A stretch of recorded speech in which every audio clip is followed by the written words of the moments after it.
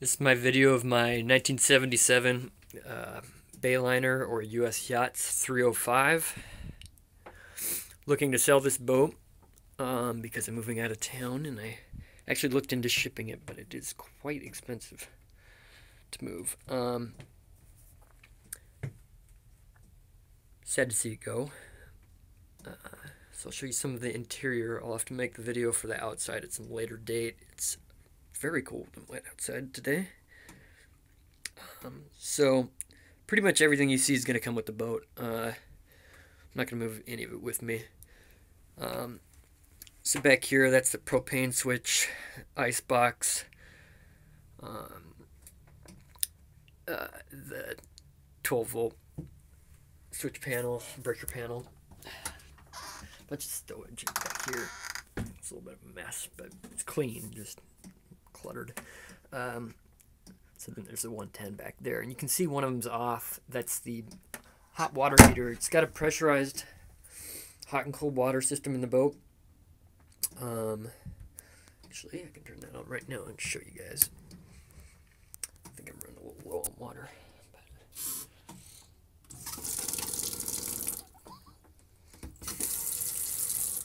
So like I said, hot water's off, so it'll be cold right now anyway, but get the idea. Nav station, the charts and the documentation that's in there all come with it. Should be able to take you anywhere in Puget Sound. This is the quarter berth, and you can see the cockpit pads are underneath there. I got some garbage back there, my jacket, hat, and stuff. Paneling for the door.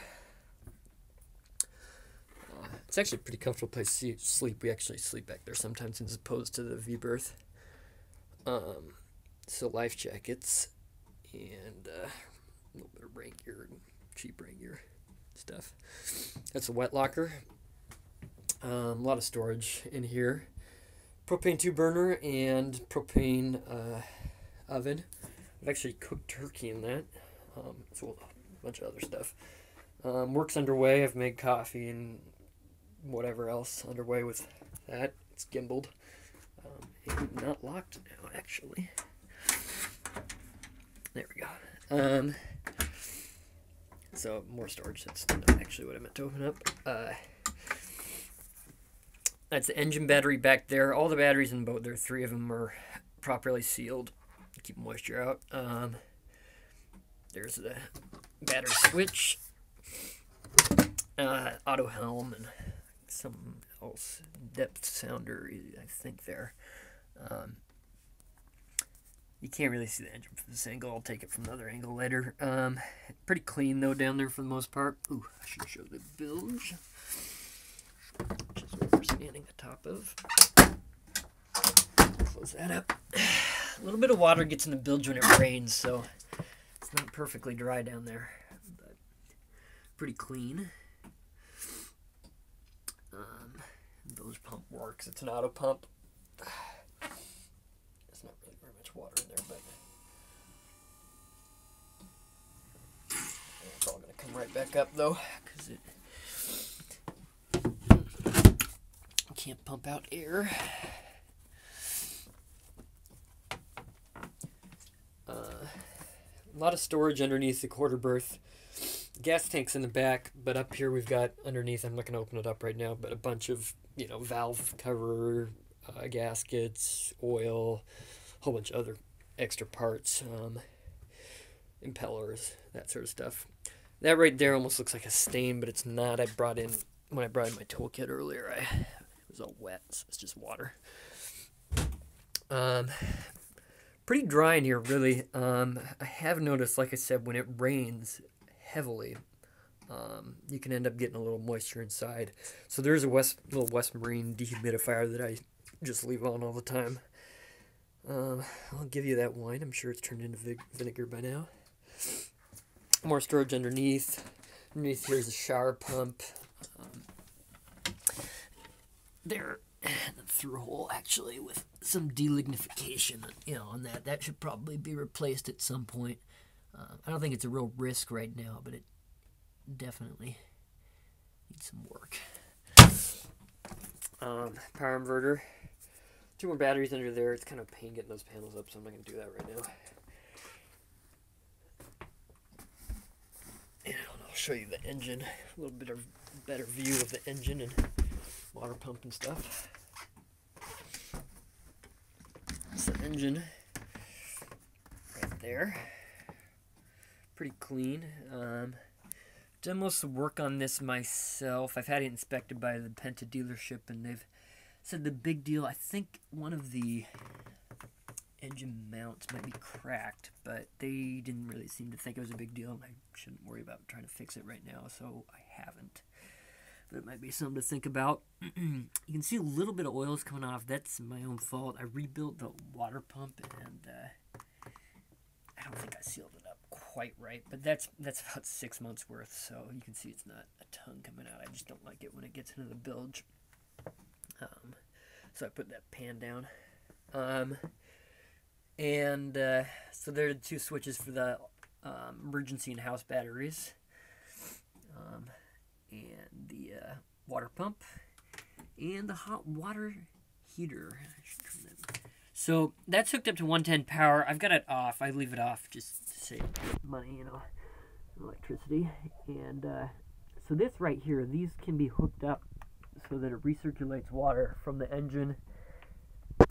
It'll actually heat the water when you're underway, under power. I've never used that, but I have all the stuff to hook it up because I did intend to do so at some point. I just never got around to it. Now I'm selling the boat. So that, I don't think would be too much of a project if you were interested. I apologize for moving the camera all over the place here. So it's got a nice rosewood interior, as I'm sure you've noticed by this point. And my favorite, oh, that's a diesel heater. I've never run this. I believe it's functional, though. It worked when I bought the boat a couple of years ago, and the pump still works. I know that. I've tested that. I just haven't ever had any reason to light it up because I use the little electric heaters I have when I'm hooked onto shore power. So here's the head. One wall's a nice mirror, and the other one is a beautiful wallpapering. I don't even know how to describe that. Again, pressure, hot and cold water. Put this down. It's kind of a silly thing to have there, to be honest, but there is a drain for the shower down there. Never use a shower, works, but I haven't ever wanted to run that much moisture through the boat. Head is actually Type 1 MSD. You can see the chemical pump. There's a macerator in the holding tank, which is a 20-gallon holding tank. Manual pump to actually pump out the bowl. And I think that this thing is just fried. I'd imagine you can get a new chemical pump for relatively cheap. But when you actually try and run it, like in a Type 1 MSD with these controls, you blow the fuse to that, and so the macerator won't run. I think that that's all that needs to be repaired, but I'm not positive.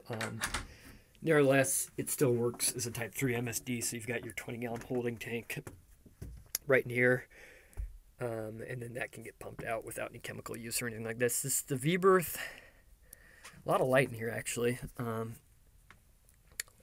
lot of lights, too, though they aren't on right now. But, so under there's a 60-gallon water tank. I've got a little element heater that I run during the winter months to keep any moisture in there from freezing, or any moisture in the tubes from freezing.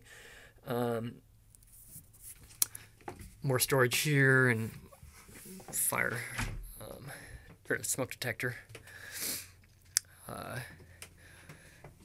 If I didn't say it already, everything like a nav station, all the charts and stuff, which should get you anywhere you want in Puget Sound or up around Vancouver Island, come with the boat. Yeah, so like I said at the beginning, I'll make an effort to make a video of the outside when the weather improves a bit, because it is a dang cold and wet out today.